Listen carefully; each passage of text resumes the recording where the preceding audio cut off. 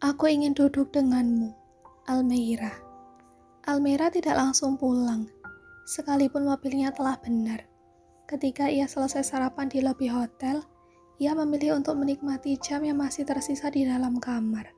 Upaya bertemu dengan sosok yang bernama Aisyah ternyata gagal.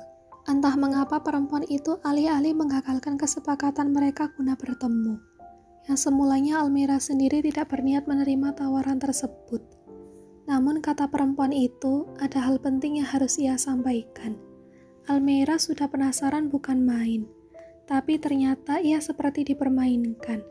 Setelah menunggu berjam-jam, ternyata wajah mantan kekasih dari Atar sendiri tidak kunjung menyembul di kafe yang menjadi tempat pilihan mereka berdua untuk bertemu. Apa yang sebenarnya dia ingin katakan, sampai harus bertemu di tempat yang jauh sekali, ujar Almeira dalam keheningan ruangan. Ia membaringkan tubuh ke atas ranjang. Dengan posisi terlentang matanya menatap ke arah langit-langit kamar. Atar entah kemana. Bahkan tidak ada kabar. Tidak ada angin yang berembus mengenai pernikahan mereka yang semakin di depan mata. Entahlah, Almeira sendiri tidak mengerti. Mengapa semuanya seperti tidak berpihak. Tidak ada kemantapan Atar untuk menjalani biduk pernikahan. Jelas sekali. Persiapan akad sudah 95%. 2 hari lagi semua akan digelar. Sebenarnya ia ingin sekali menceritakan perihal ini kepada mama ataupun saudara perempuannya. Namun entah mengapa, hatinya berat sekali. Ia tidak mungkin bercerita mengenai Atar yang sudah menghilang cukup lama. Sedangkan keluarga begitu berantusias menyambut pernikahan yang ada di rumah. Almeira benar-benar kebingungan. Harus bertanya dengan siapa? Atau mungkin Hafif saja. Ia pun segera meraih handphonenya kembali. Mencari nama lelaki itu kemudian melakukan panggilan. Yang sebenarnya Almeira sendiri sungkan bukan main. Sebab terlalu banyak merepotkan sepupu dari Sia. Walaupun mereka tidak terlalu dekat, namun Almeira merasa bahwa Hafif yang selalu pasang badan untuk dirinya. Assalamualaikum Al, sudah pulang ke rumah? Kok saya belum ketemu kamu ya? Itu sahutan ketika panggilan Almeira telah diangkat. Namun perempuan yang masih berada di hotel hanya memilih diam. Waalaikumsalam mas, jawabnya tanpa semangat. Aku masih di hotel, belum pulang ke rumah. Mas sudah di rumah ya? Kenapa masih di hotel? Ini kan sudah siang. Iya, saya sedang di rumah bersama beberapa tim untuk memastikan acara besok pagi. Mas, ada orang di sekitaran rumah tidak? Ada Umi atau Papa di dekat Mas? Tidak Al, tadi ya ada. Sekarang mereka sudah pamit dengan kesibukan masing-masing. Kenapa? Kamu berantem dengan orang tua? Enggak, aku minta waktu Mas sebentar bisa. Ada beberapa hal yang ingin aku tanyakan.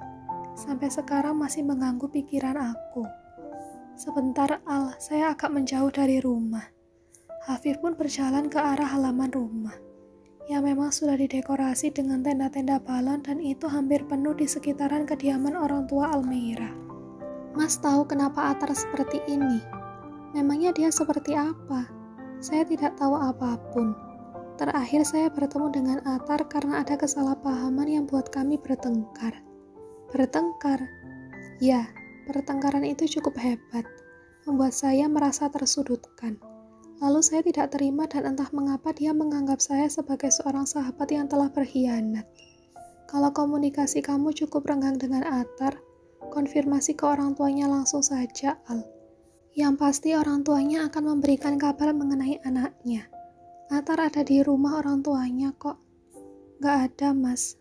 Aku coba tanya ke papanya. Justru Atar masih di apartemen. Oh, berarti dia memang belum pulang ke sana. Tapi sebenarnya bukan itu sih Mas masalahnya. Kenapa? Ada kaitannya dengan kamu tadi malam? Aku pun pergi tadi malam tanpa izin dari Mas Atar. Hanya kesepakatan aku dengan mantan kekasihnya. Tentu Mas hampir tahu sosok Aisyah, yang artis itu. Entah ada angin apa dia mengajakku untuk ketemu. Tapi setelah aku sampai di tempat yang dia mau, dia sama sekali gak datang. Padahal janjinya mau menyampaikan hal penting, akan menunjukkan bahwa dia nggak bohong. Itu aku nggak ngerti, tidak bohong apanya. Kata-kata dia lalu di telepon itu sulit aku pahami. Tapi karena aku ingin jelas, ya akhirnya setuju buat ketemu. Hafif membasahi tenggorokan dengan air ludahnya, yang membuat rasa bersalahnya semakin tidak tentu arah.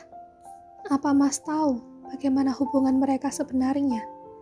Apakah mereka masih memiliki sesuatu jalinan khusus yang membuat Aisyah tidak bisa membiarkan Mas Atar menikah denganku? Hal yang seperti itu tidak masuk ke dalam hubungan kami sebagai sahabat, Al. Saya tidak terbuka mengenai percintaan. Ujar Hafif berbohong. Ia benar-benar telah membohongi perempuan yang ia cintai. Jika ia mengatakan bahwa ia tidak tahu perkara Aisyah, itu memposisikan Hafif sebagai penghibur handal. Padahal sampai di mana Atar memilih menikahi perempuan itu saja dia tahu. Tapi rasanya sulit sekali bagi Hafif untuk menyampaikan kebenaran yang ada. Ia sampai menggaruk kepala yang terasa gatal dengan apa yang sudah berlaku. Kalau sekiranya Mas memang tidak tahu ya nggak apa-apa. Aku nggak maksa kok. Tapi kalau ada sedikit saja informasi mengenai Aisyah, aku minta bantu banget. Mas bisa beri informasi.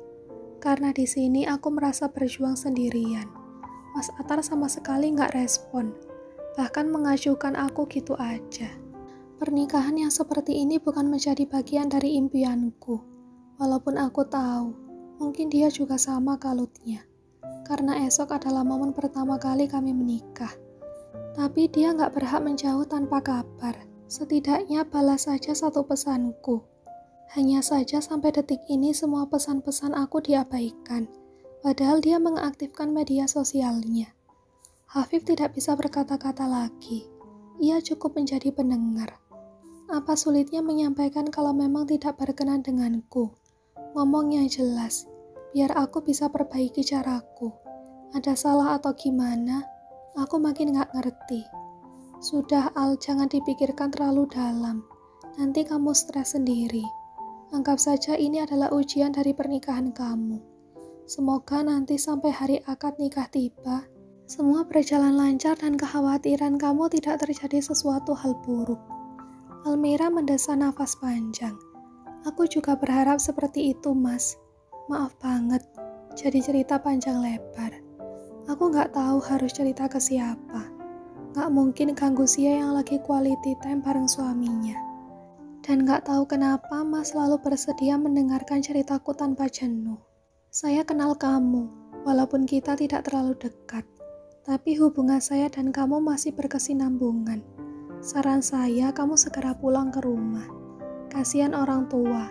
Dari tadi khawatir menanti kedatangan kamu yang gak pulang. Padahal kamu itu calon pengantinnya. Tadi saya juga sudah menyampaikan ke papa dan mama. Kalau saya menemui kamu tadi malam di hotel.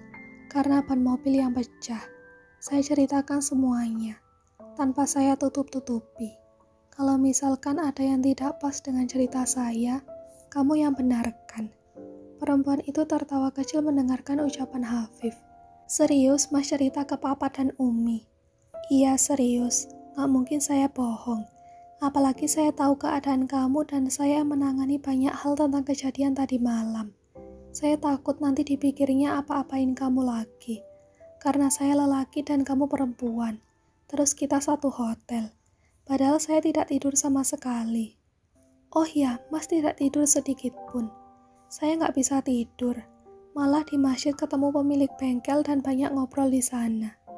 Alhamdulillah jadi bisa bantu biar mobil kamu lekas sembuh. Hehehe, memangnya sakit Mas. Katanya dibarengi kekehan kecil. Sakit sedikit. Sudah gerak dari hotel. Ini mau arah pulang. Kalau Mas masih ada di sana, nanti kita makan siang bareng keluargaku ya. Anggap sebagai ucapan terima kasih. Yang penting kamu pulang dulu. Itu sih urusan belakang. Nanti kalau memang harus makan sama keluarga kamu berarti menjadi rezeki saya. Hati-hati, pesannya. Iya Mas, Assalamualaikum. Waalaikumsalam. Dokter Almira. Tapi nyatanya Hafif tidak menunggu Almira sampai ke rumah. Lalu menikmati makan bersama keluarga dari calon pengantin Atar. Itu sebab Hafif buru-buru pamit pulang. Tidak mungkin ia sampai berkhianat walaupun perkataan Atar lalu benar-benar menyakitkan. Hafif masih menjaga privasi dari keluarga Atar yang notabene adalah calon besan dari keluarga Almeira. Sesampainya di rumah, Hafif mendapati batang hidung sang Umi yang berada di ambang pintu, di mana mobil miliknya baru saja masuk ke pekarangan. Memang ya anak lelaki satu ini, dari tadi malam ditunggu malah gak pulang ke rumah. Gania mengomeli Hafif sembari berkacak pinggang ketika sang buah hati sudah bersamanya. Lelaki itu tertawa kecil, langsung menyalami uminya yang masih setia menunggu di depan pintu. Maaf Mi, kan aku lagi ada project wedding, ya harus lembur, gak mungkin dibiarkan gitu aja. Yang kasihan timnya dong, setidaknya aku harus bantu beri arahan, biar mereka gak pusing. Oh, wedding Almeira ya Mas. Hafif membenarkan dengan anggukan kepala. Iya Mi, kok Umi gak dapat undangan Mas? Masa sih? Ya udah aku yang undang Umi langsung. Datang ya ke weddingnya Almeira. Gania menepuk pundak Hafif dengan gemas. Memangnya kamu yang mau menikahi perempuan itu?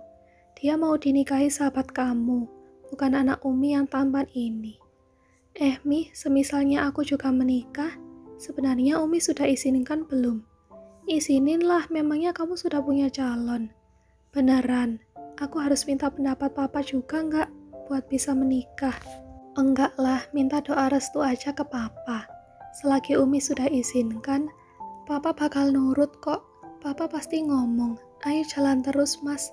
Gak apa-apa kamu menikah, asal kamu sudah yakin dan punya calonnya.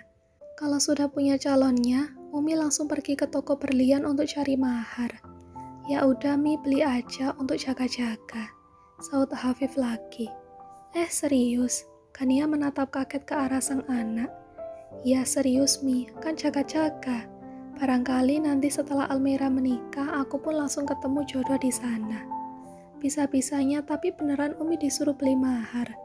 Iya Umiku, beli ya untuk pegangan aku juga. Berharapnya sih segera menikah. Gak mau Mas kalau belum ada calonnya. Ngapain juga Umi terlalu berharap tinggi di toko berlian. Taunya tahun depan Mas baru menikah. Ya gak apa-apa Mi, itu artinya nanti istri aku bakal menjadi perempuan yang spesial di mata Umi. Karena dia sudah ditunggu oleh calon mertuanya. Apalagi sampai dibelikan berlian sebelum menikah. Sebelum ketemu ya kan? Ya deh Umi pasrah. Nanti Umi mampir ke toko berlian. Tapi ukuran jarinya gimana? Entah mengapa Hafif langsung mengingat bagaimana bentuk jemari Almeira yang sepertinya hampir berukuran sama seperti Uminya. Kurang lebih seperti jari Umi juga sih, tapi agak besaran Umi, karena Umi jarinya agak gendut. Mas ini kamu sudah punya calon ya? Tanya Gania lagi. Ia benar-benar penasaran.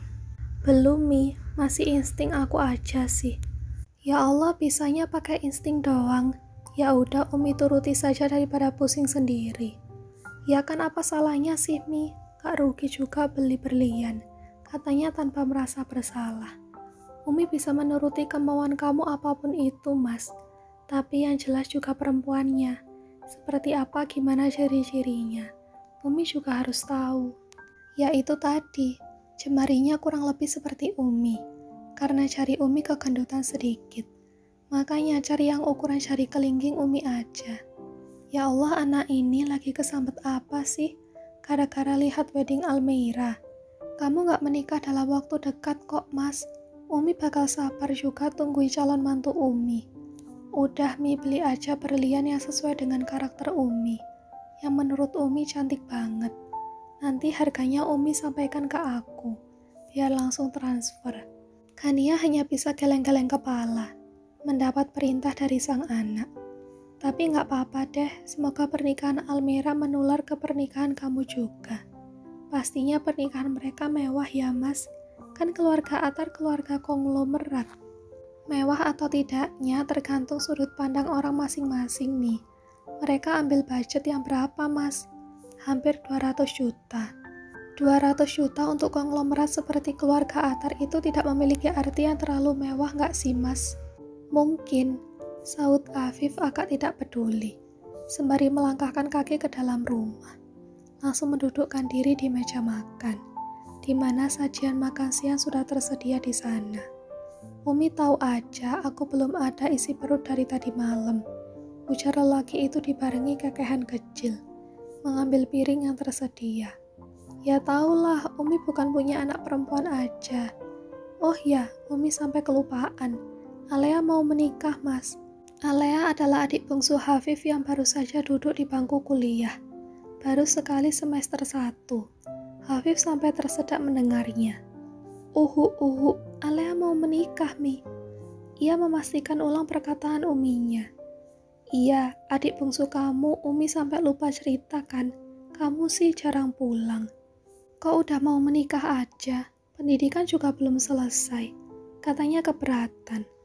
Ya jodohnya sudah datang, mau diapakan lagi? Papa gimana? Umi sendiri izinkan Alea menikah muda. Itu anak belum bisa apa-apa. Sudah mau menikah saja. Yakin? Siapa yang lamar? Dosennya di kampus. Oh, dosennya. Pantes. Bolehin ya Mas kalau adik kamu minta restu. Umi udah izinkan dia untuk menikah. Aku sih terserah dengan Aleanya.